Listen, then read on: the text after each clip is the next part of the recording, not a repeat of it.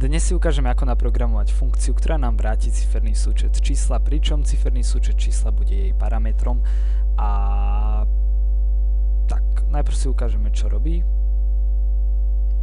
Funkcia zadaj nejaké celé kladné číslo. Prvé, čo mi napadne, je minus 100, nevadí, minus 99, minus 1, ale chce odo mňa celé kladné číslo 0 nie je celé kladné číslo, tak skúsime 125. Super, vzal nám ho ciferný súčet čísla je 8, 5 plus 2 plus 1 je 8.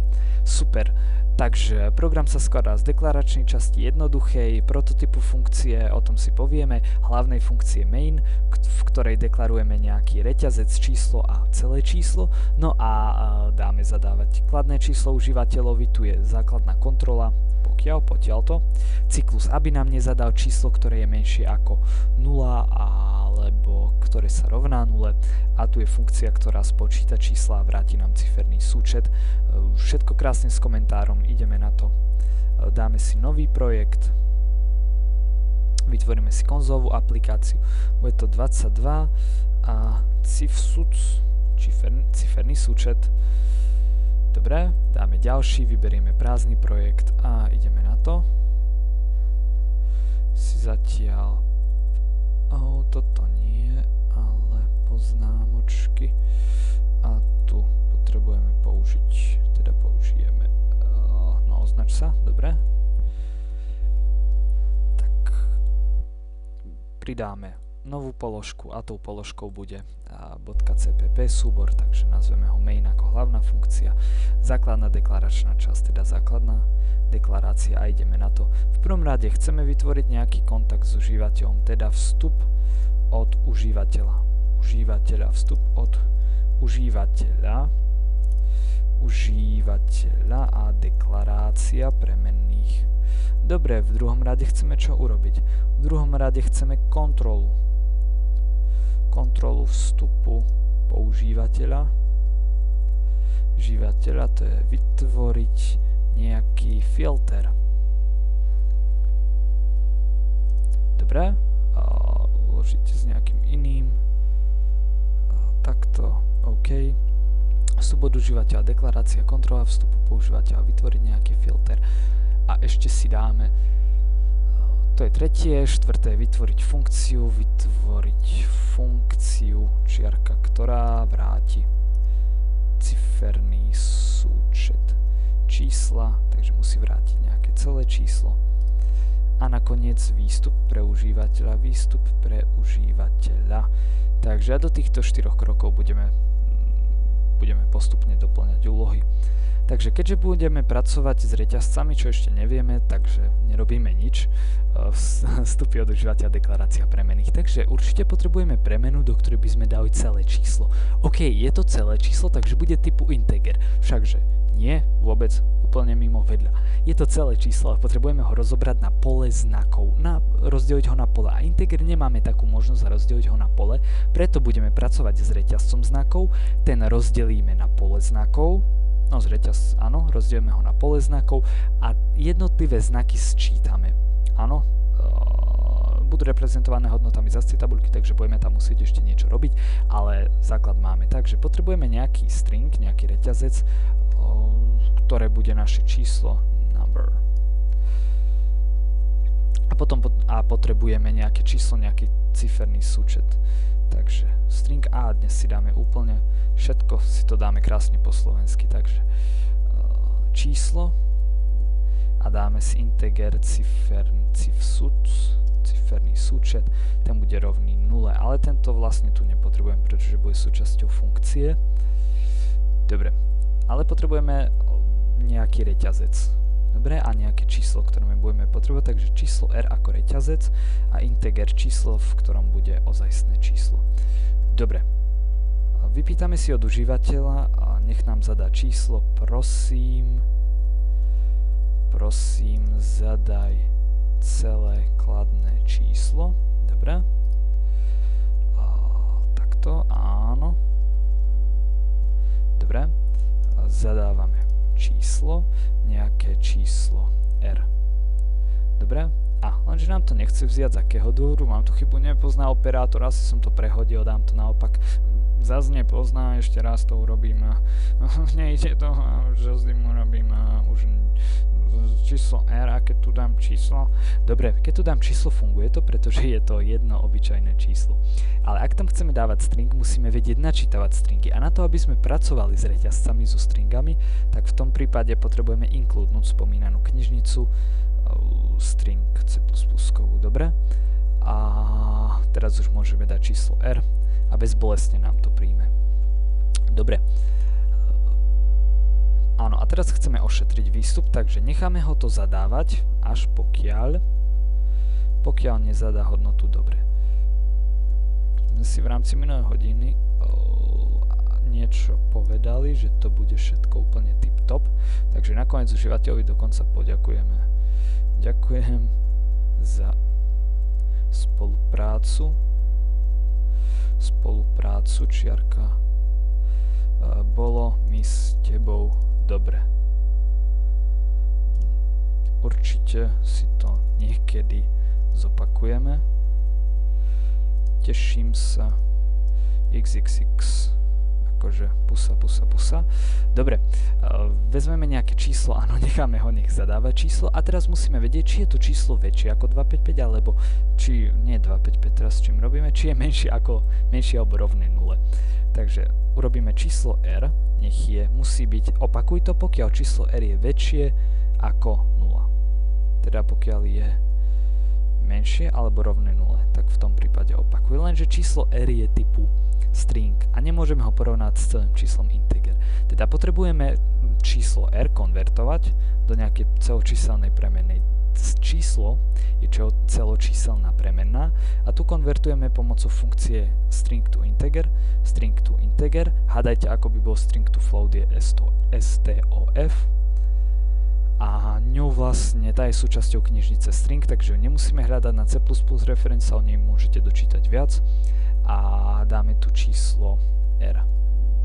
Lenže pozor, napríklad v takom PHPčku sa to dá robiť, možno sú niektorí z číslo R sa rovná stojí číslo R a ušetril som premenu, super, nemusím plitvať premenými. Áno, ale nebude to fungovať z toho dôvodu, že číslo R je typu string a nemôžem povedať, že aha, integer nech sa rovná string. Na pravej aj na ľavej strane C++ na tom veľmi záleží v celom C++, aby boli rovnakého typu. To znamená, číslo R je reťazec a toto je, keď to konvertujem na integer, bude to integer. Takže v tomto prípade musí mať aj na ľavej strane integer, ktorým bude číslo. Preto sme vytvorili novú premenu.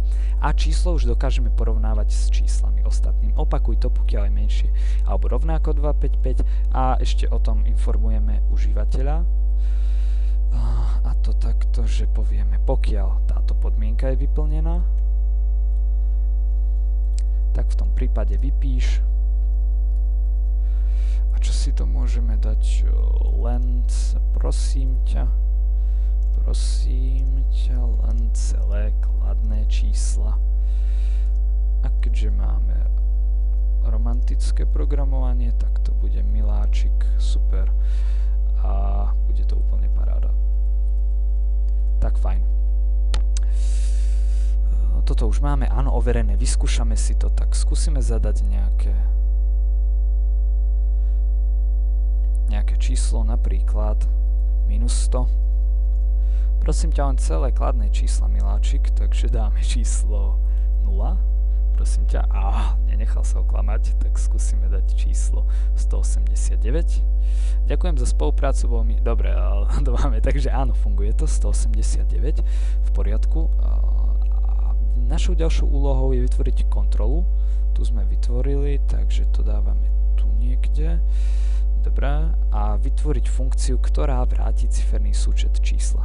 Takže táto úloha prípadne nám za text. No, niekto zvykne dávať funkcie, ušetrite tak jeden riadok, ak dávate funkcie dopredu, lenže chcem funkcie všetky už mám dodeklarované a chcem práve sa hrať s hlavnou funkciou a scrollujem a poďme, ideme do nekonečna ešte ďalej, ideme a kde je tá main funkcia, ešte som len na nejakej 52. funkcii, tak kvôli tomu je dobrým zvykom dávať si funkcie na spodok, pokiaľ s nimi nemanipulujete, a navrch dávať len prototypy funkcií, ktoré hovoria programu, aha, za tebou ešte sa pozri, za tebou sa schováva nejaká funkcia, nie pred tebou. Takže ideme na to. Klasický function nefunguje v C++, ale musíme zadať, funkcia musí byť takého typu, aká je jej návratová hodnota. Teda pokiaľ vraciame ciferný súčet, čo je celé číslo, tak aj funkcia musí byť typu integer a ciferný súčet a vezme nejaký parameter. No jediný parameter, ktorý môže vziať, je naše číslo r. Takže nejaký string, číslo r. Dobre. Teraz deklarujeme premenu, ktorá bude vlastne cif súčet.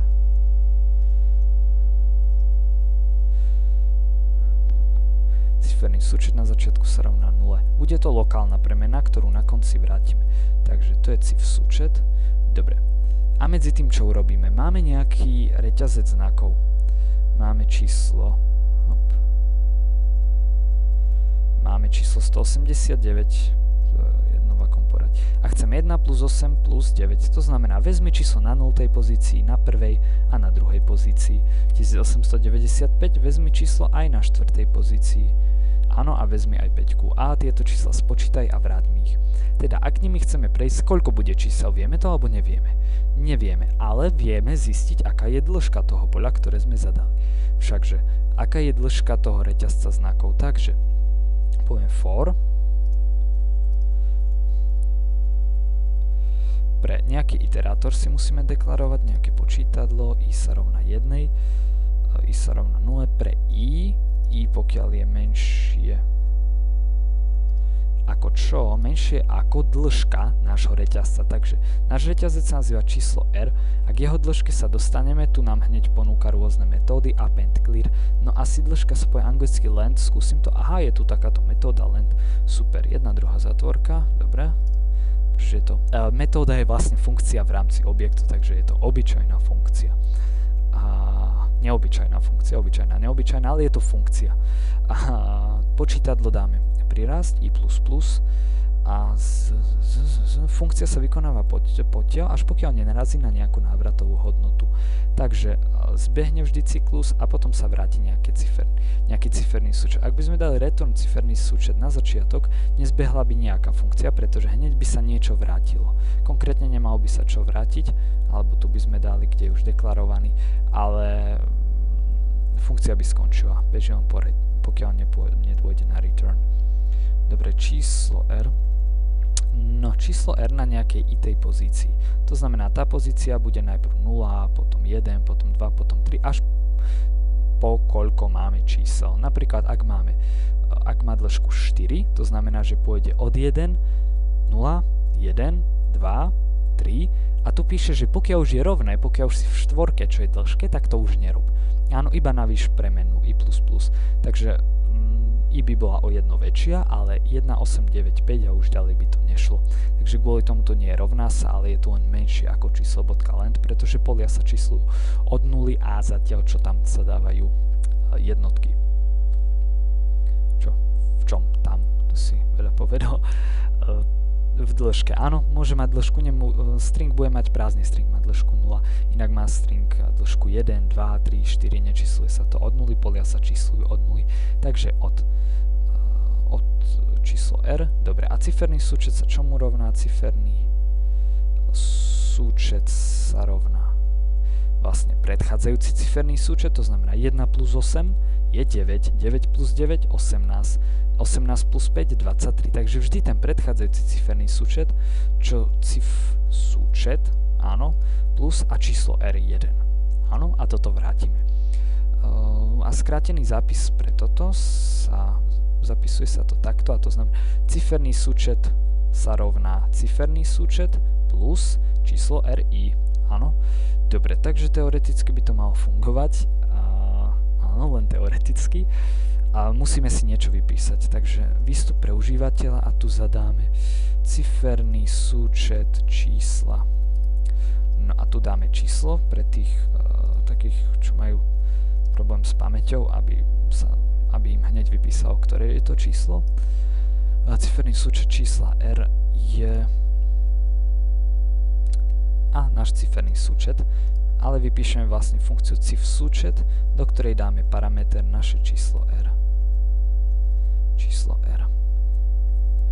Dobré, a zlomíme riadok kvôli estetike a ideme ďalej. Nastal nám nejaký error, pretože nechcem to vybudovať a error je už nám zmizol, dobré, takže ešte raz nie, a tu vám píše na riadku 25 a 39 unassigned mismatch cif súčet na riadku, tak sa pozrieme, čo je v riadku 23. Nepozná funkciu cif súčet, áno, na riadku nie 23, ale 25. Kde je na riadku 25? Tu. No, pretože sme nedeklarovali ciferný súčet, pretože je tu na konci. Ako môže vedieť funkcia, že je tu na začiatku, keď je na konci? Áno, nikde sme to nepovedali. Takže preto ten prvý riadok vždy skopírujeme a prilepíme ho tu. Toto nazývame prototyp funkcie a povie C++. Hej, počúvaj ma C++, pokiaľ narazíš na funkciu ciferný súčet, tak ako neodhodiu, ale pozri sa ešte dole, či tam žiadnu takú, že máš tam takúto funkciu. A on príde, aha, mal si pravdu, fakt, ja ju tu nemám hore, ale keď sa pozriem dolu, tak tu je. A preto ju poznám. Ideme ďalej, ešte sme tam mali jednu chybu. A to je warning, prosím, zadaj celé kladné číslo. Napríklad dáme si tých 1, 9, 8. Či 1, 8, a to je jedno v akom poradí. 1, 8, 9, 5. Ciferný súčet je 215. No, dobre, 23 a 215 je trošku rozdiel. No, a prečo nám to takto... Prečo nám niečo také ukázalo? Ja úplne som sa rozčulil a idem to ešte raz, lebo som presvedčený o tom, že som to dobre naprogramoval a nič ma nepresvedčí. 215, dám nejaké 12, to sa nemá šancu pomeliť. 1 plus 2 je 3. Ako to, že 12 je 99? No, tí, ktorí videli predchádzajúce video, si to uvedomili skôr. Kto ho nevidel, tak ešte raz si ukážeme, ako to funguje. Čo to je vlastne číslo RI? Číslo R je reťazec. Ak ideme na konkrétnu pozíciu, tak vlastne predstavme si, že máme reťazec 1895, áno, a on je vlastne poľom znakov. Na 0. pozícii je jednotka, na prvej pozícii je osmička, na druhej pozícii je 9, na tretej pozícii je 5, 0, 1, 2, 3 a sú tam číslice 1, 8, 9, 5. Vezmi mi prosím ťa to, čo je na 0. pozícii, je tam jednotka, ale pokiaľ tieto čísla ako znaky sčítavame, tak sa zmenia na číselné hodnoty z ASCII tabuľky. Ak sa pozrieme do magickej ASCII tabuľky a pozrieme, čomu zodpovedá jednotka, zodpovedá číslu 49. Platí pravidlo, že 0 je 48 a ostatné sú vždy 48 plus hodnota daného čísla. Takže napríklad 9 je 48 plus 9 a to je 57 a keď sa pozrieme, 9 je naozaj 57. Takýto funguje vzťah medzi nimi, takže minus, teda plus 48. Teda my, ak chceme dosiahnuť to dané číslo, buď by sme mohli konvertovať alebo niečo podobné, ale to je trochu zložité a my si dokážeme pomôcť jednoduchou matematickou fintou, to, že od každého čísla odpočítame 48. Tento zápis znamená ciferný súčet, prosím ťa, rovnaj sa ciferný súčet plus táto celá zátvorka, čo je číslo R, jeho ordinálna, myslím, že sa nazýva hodnota, ale je to hodnota z ASCII tabuľky, minus 48. Čo to znamená? Že napríklad dostaneš číslo 0, minus 48 jeho hodnota z ASCII tabuľky je 0, jeho hodnota jednotky 1, hodnota dvojky 2, takže naozaj robíme, sčítavame charakter znakov, nemusíme nič konvertovať a predsa dostaneme taký výsledok, aký potrebujeme tým, že odpočítame 48. Skúsime spustiť program.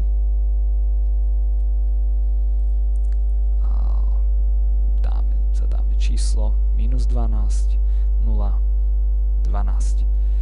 Ciferný súčet čísla 12 je 3. Skúsime to s našim zložitejším číslom. 1895 je 23 naozaj, ako sme vypočítali. Takže naozaj to funguje, tu by sa toto hodilo, spätné lomitko takto. A naozaj to takto funguje, ako sme si ukázali. Áno, keďže sme odčítali hodnotu 48, tak v tom prípade všetko sa vrátilo do normálu a je v poriadku. Takže deklarovali sme funkciu, ale až na konci a preto sme museli určiť aj prototyp funkcie. Predtým, čo ste videli v zdrojovom kóde, tam boli také ampersanty, no nie také, ale určité ampersanty, ktoré musíme doplniť tu aj tu. A čo znamená tento ampersant? No pokiaľ toto Ačko, Asterix a Obelix tam vidíte, tak ten znak sa nazýva ampersand. No a ak ho tu nemáme, znamená to, neukazujem na miesto číslo R, neodkazujem sa na jeho pamäť, ale odkazujem sa konkrétne na túto premennú. To je znak, o tom si povieme v nejakých ďalších videách, že ako nazýva sa to passing by reference alebo passing by value, áno, či je dôležitá momentálna hodnota alebo či je dôležitá adresa v pamäti. Ak tu dávame ten ampersand, ukážeme si, že to pôjde rovnako, tým pádom sa odkazujeme na adresu v pamäti a nie na konkrétnu hodnotu čísla. 1895 je rovnako 23, áno, lenže šetríme tým vlastne pamäť a